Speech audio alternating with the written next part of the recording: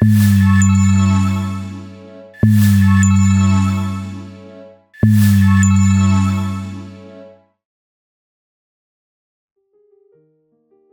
байцгаана уу хүүхдүүдээ. Бүгдээрээ өнөөдрийнхөө хичээлийг эхэлцгээе. Хичээл эхлэхээс өмнө багшийнхаа дэлгэцэнд өгөгдсөн зургуудыг ажиглаарай.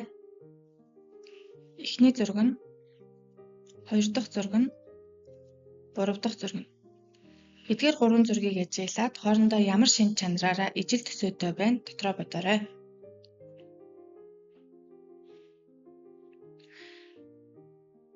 За эхний зурагт нь хоёр хос хүн байна. За дараагийн зурагт нь гутал хүн хосоороо байна. За гурав дахь зурагт нь хос хүн байна. Эдгээр гурван зураг нь хооронд бүгдээрээ хосоороо байгаагаараа ижил талтай байна. Өнөөдөр бүгдээрээ хос ихшгийн тухай мэдэж авах нэ.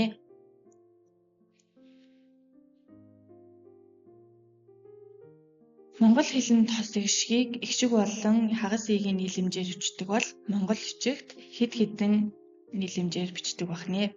Нэгдүгээрт ихшгийн араас яа гээгүүлэгч нэмэх нь и ихшгийн нийлэмжээр бичнэ. Жишээ үгнүүдийг ажиглацгаая. Айл гэдэг үг байна. Энд аймаг гэдэг үг байна. Монгол үгээр бичигдсэн хэлбэр болон кириллээр бичигдсэн хэлбэрийг ажиглаарай.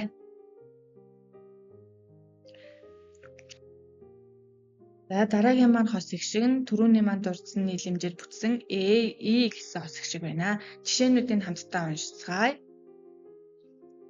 Ийм гэдэг үг байна. Нийгэм гэдэг үг байна. Дараагийн маань хос ихшиг нь уй гэсэн хос ихшиг байна. Бүгдээрээ хамтдаа хос ихшгүүдийнхаа жишээг уншицгаая. Мус буюу оймс гэдэг үг байна. Уйд хар буюу уйдгар гэсэн үгнүүд байна. Дараагийн маань хос ихшиг нь уй ихшиг буюу уй болон игийн нийлэмжтэй хос ихшиг байна. Жишээнүүдээ бүгдээрээ хамтдаа уншицгаая. Хүйтэн буюу хүйтэн гэдэг үг байна. Твимэр гэсэн үг байна. За үндэсний бичгийн хос ихшиг дэх хоёр дахь нийлэмж нь ихшиг болон и ихшгийн нийлэмж байна. За эхний хос ихшиг нь ай хос ихшиг, уй гэсэн хос ихшиг байна. Жишээ үгнүүд нь цай, галай, хой гэсэн үгнүүд байна.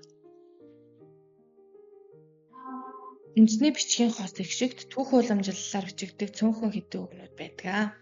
Энэ үгэнд дагариху буюу дайрах гэдэг үгийн ай хос ихшиг нь ага гэсэн хос ихшиг болж бичигджээ. Дараагийн үг нь тоогууриху гэдэг буюу тойрох гэсэн үгийн ой хос ихшиг нь огу гэсэн ихшгийн нийлэмжээр бичигддэг бахнэ.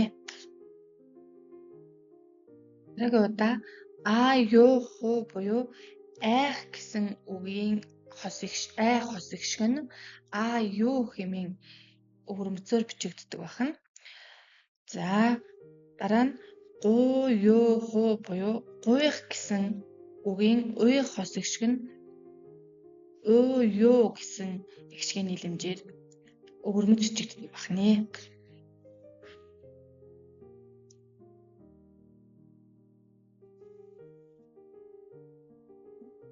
Уйлах гэдэг үг нь ухилаху хэмээн устдасаа өвөрмөж бичигддэг.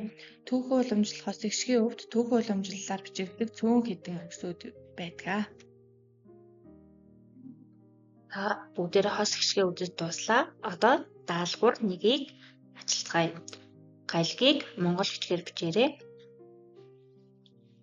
Нохой, уйлэс, аалай, үгээ, хүимэр, хүйтэн. Эдгээр үгсийг монгол бичгээр бичгээе. 2 минутын хугацаанд бичье.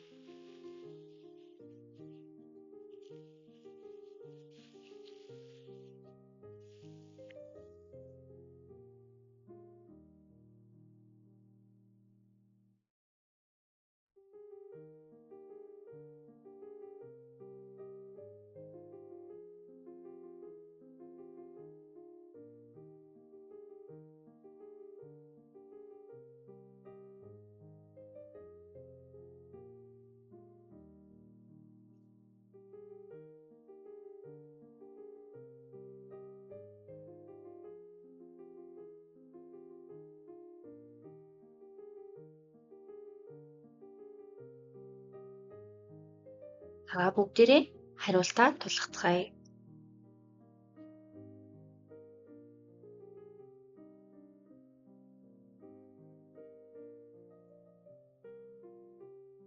Эхний үг буюу ноо хай. Хоёр дахь үг нь буй лэс. Гурав дахь нь даалай. Дөрөв дахь үг нь үгүй. Гурав дахь нь түй мэр. Зургаа дахь нь хүй тэм. Бүгдээрээ зөв хариултаа тулгацгаая.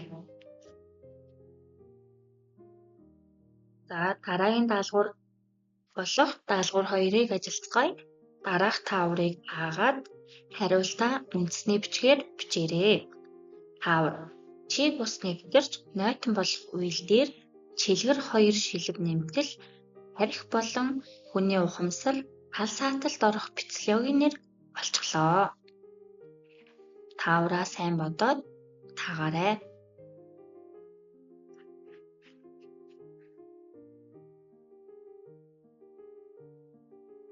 Таавраа таасгаас нөхдүүдээ тэгвэл бүгдээрээ хариултаа үндэсний бичгээр хамтдаа бичцгээе.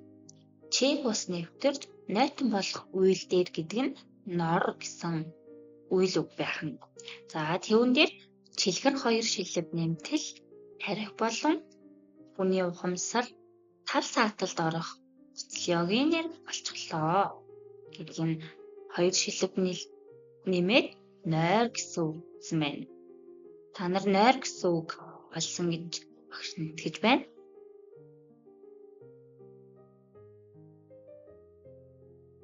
За дараагийн даалгавар болох даалгавар 3.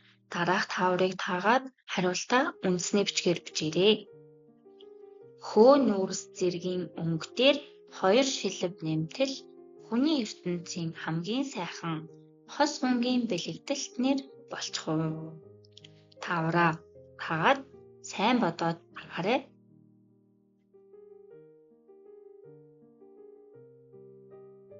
Хүүхдүүдээ таавраа таасан уу? За тэгвэл багштайгаа хамтраад хариултаа хүлээе.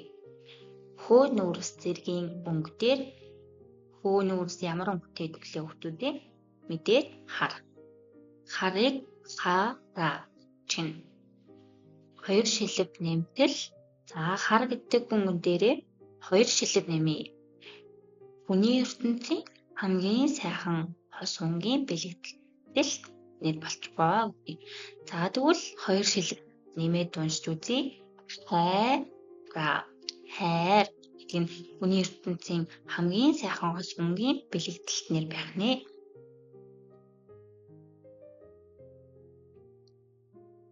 Гэрийн даалгавраа бичиж авъя. Хос их шигтэй өгч тус авъяг олж бичээрэй. Өнөөдрийн үдсэн хос ихшгүүд дээрээ 5 жишээ бичиж ирэх нь байх нэ. Хичээлдээ идэвхтэй оролцсон хүүхдүүдтэй баярлалаа.